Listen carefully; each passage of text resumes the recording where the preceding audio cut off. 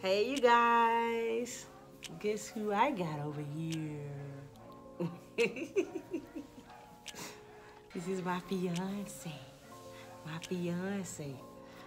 Y'all, I'm guess what? outside. I ain't got my doggone ring. I'm the side dude. I'm at work.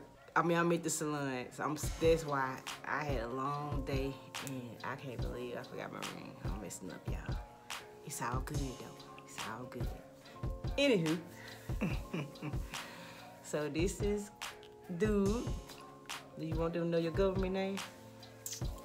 That's fine. I'm Kadaro, aka Dude. Music by Dude. So this is the guy behind my music. Hello, YouTubers. Alrighty, so what we're gonna talk about today, let you guys know how we met, how long we've been together, and all that good stuff. So let's see, how long? Well, the first official time that we met was High school. The first official time that we met. Well, the first time yeah, It's high school. Cause I'm thinking middle school, honor band.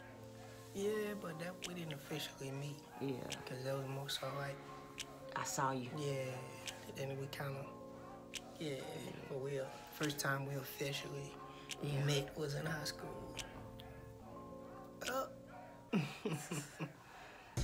So, you wanna tell them how we officially met? Well, how it was more of I already seen him before, but he had the story that I didn't know until college. The first official was that we were at a band function. It was like an honor band function that had like multiple bands across the parish, and yeah, and I tried to one of my friends knew her, and I tried to talk to her. I tried to kind of spit my spiel, and We was out to lunch because the band had a lunch break. So honor band, before he finished that, what we mean by honor band is it was a like if you were talented enough to make this band, they picked you to play in this band, and it was all over the parish. In Louisiana, we have parishes, like counties. Yeah, counties. So we were pretty good. I think we still are pretty good. So, but yeah, so that's where we would be, and we had a break and we went to McDonald's. Yep. And I don't know.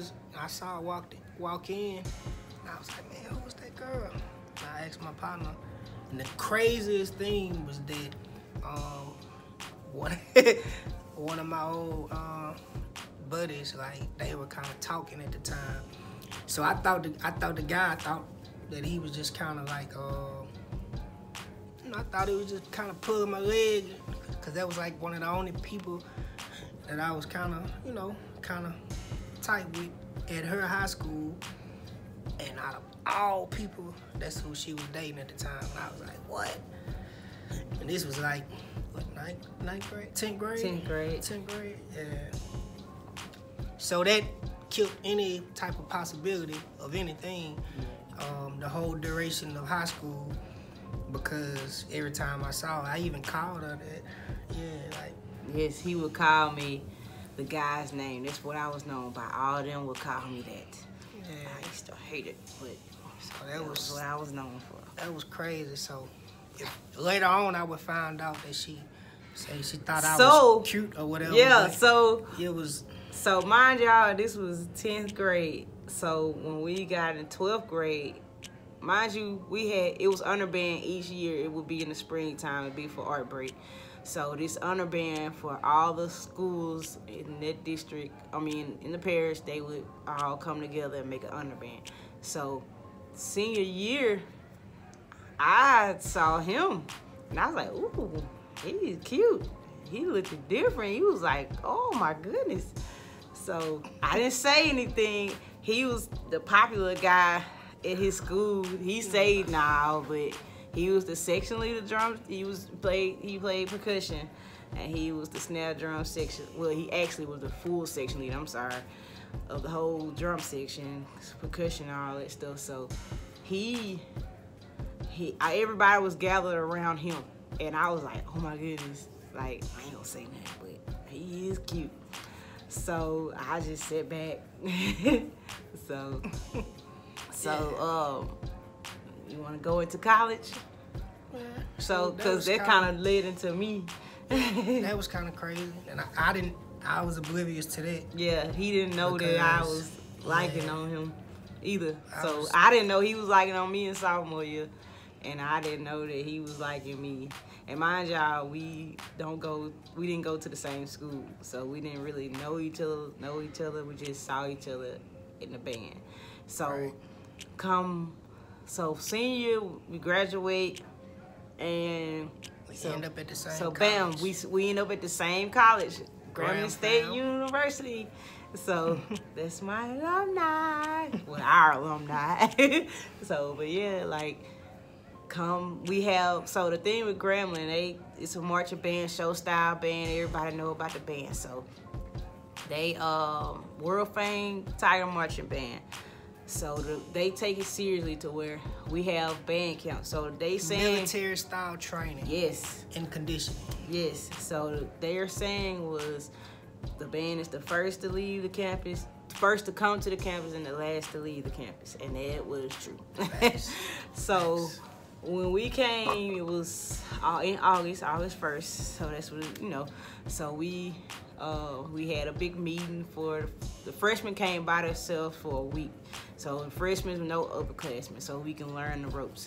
So we had a band meeting, so they gave us the rundown of everything. So that was when we had the parents and the freshmen. So we were in the band room, and we came out. No, this was before we got in the band room. I saw him come out of a van, and I was like, oh my goodness, that's the guy. He's coming to you. I was like, oh my goodness. That's a first. Yeah, I remember all y'all was coming out that van. I think it was a white van. It was some type of van. Yeah. And I was like, oh my goodness, he's here. So I like, okay. But I ain't think nothing of it. Like, I was like, okay. So, fast forward. Like, but I think everybody knew him as Dude. We didn't know his first name. So when they would call the roll, I was like, what is his name? I'm trying to see when he say here or whatever, because they had to call roll. Still didn't know. So, yeah.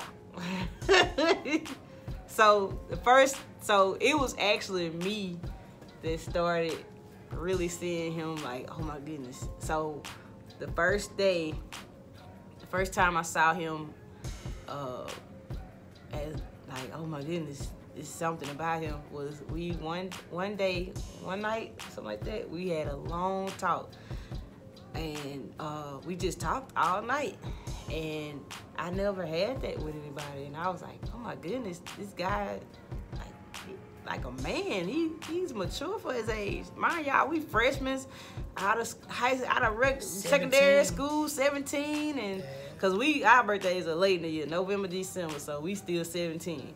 So I'm like, oh my goodness. And I just feel hard, y'all. I feel might be too hard, but I feel hard for him. So I was like, I think he might be the one. That's how bad it was. And I didn't have a clue. I was green. I didn't have a clue that she felt that way initially. Right, because I was still shy. All my life I've been, well, it's not as bad now, but I used to be so shy. Like, if I like somebody, they wouldn't know. I just keep it to myself. But yeah, so yeah. But then during that, I would try to give him clues and hints. But yeah, Yeah, I was just totally oblivious. My personality, I guess, like I was kind of always in like a leadership position, so I kind of had that type of mentality. So like different things if people were kind of gravitating towards me, like I would be in like a protective or like a nurturing guidance type of mindset. So you know, me just naturally just like, okay, well, just, you know, we hanging out, you know. I'm looking at it almost like a, you know, like a brother, like, you know, on this campus, and, you know, trying to,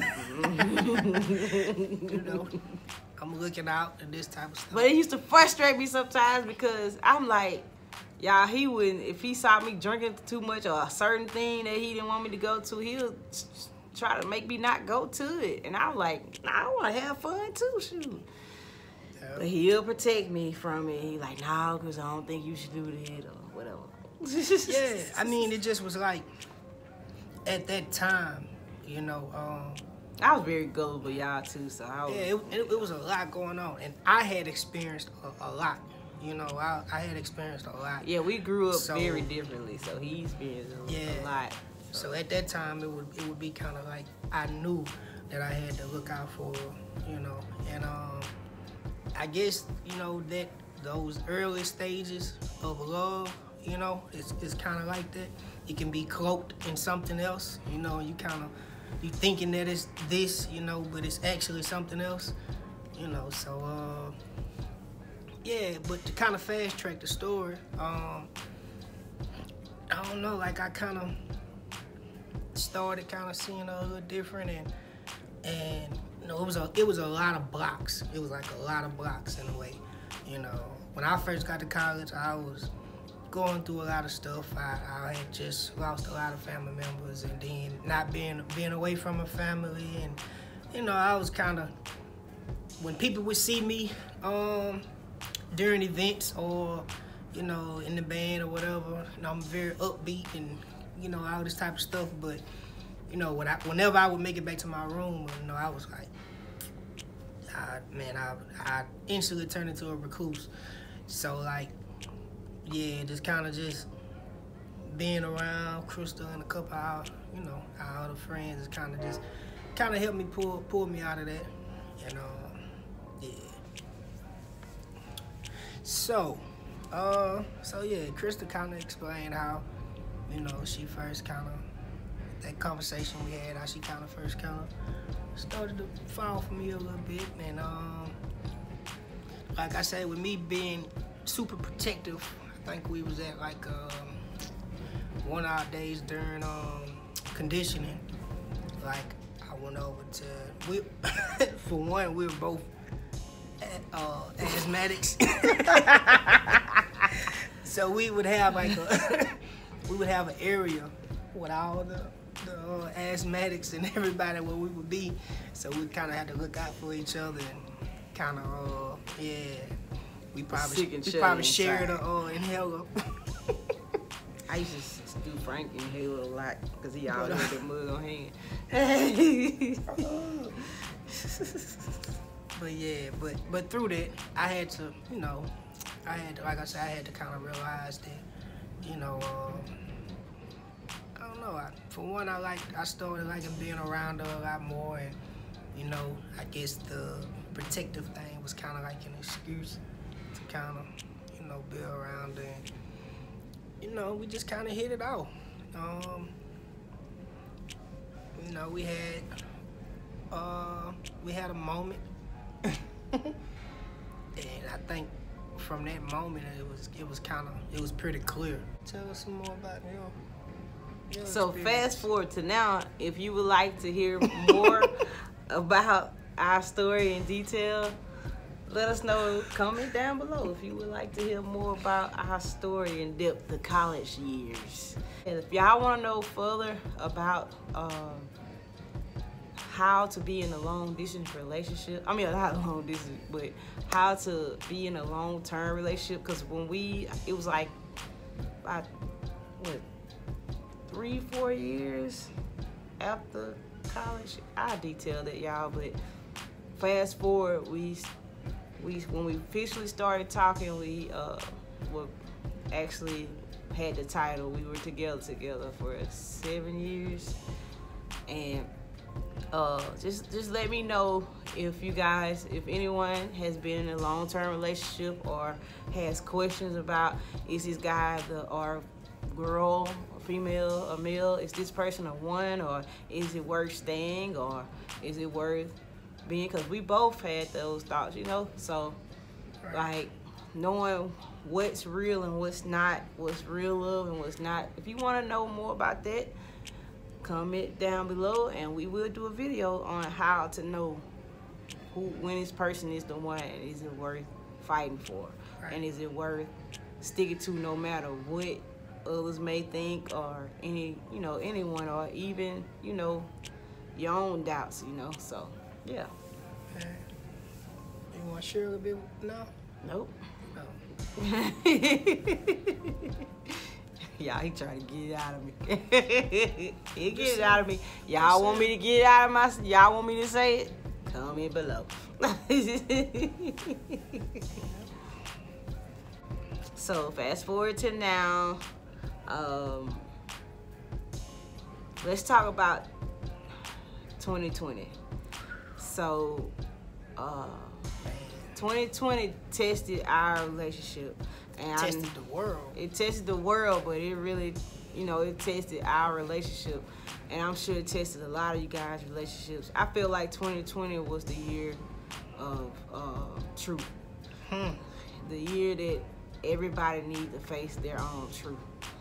And I'm grateful for the bad and the good. I'm grateful for it because I was able to see myself. I was able to really learn that I've been hiding behind him, hiding from myself by being under him, trying to seek all of what I needed to fulfill for myself from him. So I'm glad about that. So because we're even stronger now, like, man, we're strong. So I'm so glad we're at a good place. We are really at a good way better than what we was. Let's talk about that a little bit. About when you say that you were kind of seeking yourself while being under me. Talk about so that. Explain that. So my mom, she passed 2 years ago. So we were we were together. Of course, we were together, and he was there along the way during her sickness, and he was amazing during it. But like when she passed, it was tough for me because like literally I lost a part of myself. Best friend. Like I lost my, my confidence, all of that. Like someone that birthed me, so I had to learn myself over again. And I didn't know that. I wasn't aware that I just was lost. And he was just there. So he took the punches. He took everything. He was getting the blow by blows. Because I had to learn how to be. I had to learn how to control my emotions. I had to learn literally I was broken and had to learn how to feel all that all over again. Like it's real. So yeah, like I thank all that for God. God played a big role in all it. So I was at a breaking point because I was like, and that's one thing, when you lose a loved one, you analyze your life like, is this worth, like you don't have no patience for anything. You like, is this worth having? I see that life is short. Is this worth having in my life, worth dealing with the stress? So I started feeling that more, and shoot, I just felt like I deserved more. And but then once I left, and because we were living together, I'm gonna be real, we were living together then. We still kind of together, but we took our space. We moved away from each other. So I'm glad even though it was tough, I needed that because God has a way of isolating you. You need to be isolated. And I needed that. So, cause God had to show me like, yeah, we gotta focus back on you, girl. So that helped me I literally was getting built back up again. So during the quarantine, when we had the quarantine for those months, like I was building back up. Like I was looking at it as man, let's get ourselves back right, man. I don't have to work. I don't have to do nothing. Shoot, I was able to push back my bills, all that. I don't have to worry about none of that. So all I was focusing on was my spiritual and my mental health. So, and I started working out, exercising, and all that stuff. So it helped, man. So then I didn't force it. I said, I'm not finna force none of this stuff. If we work out, we work out. And like, yeah. And we also seek counseling.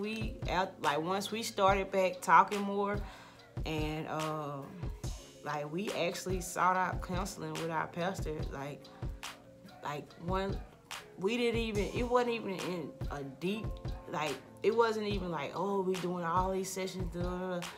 It was like just a couple, and like a few little things that he said. Having a mediator. And some people think that, oh, I don't want to go counsel. I don't want them all in this business. Man, that one few little things he said, it helped us because one person be thinking one thing, another person be thinking another thing, and we thinking that it's us. It's just we literally have two different meanings of something that we didn't know. We wouldn't know, and it's like, dang, you actually was trying to mean it well and mean the same, but you just didn't have the same. Y'all wasn't thinking delivery. The same different, delivery. Yeah, different deliveries. So yeah. 2020 was definitely it was a testing, trying year. Like she said, like we split. And I think in a relationship, like as far as just speaking on that, I feel like this is like this can apply to any type of relationship. I would say, it's gonna definitely be like a merging of everything, from mentality, habits, gestures, everything. But I think the key, is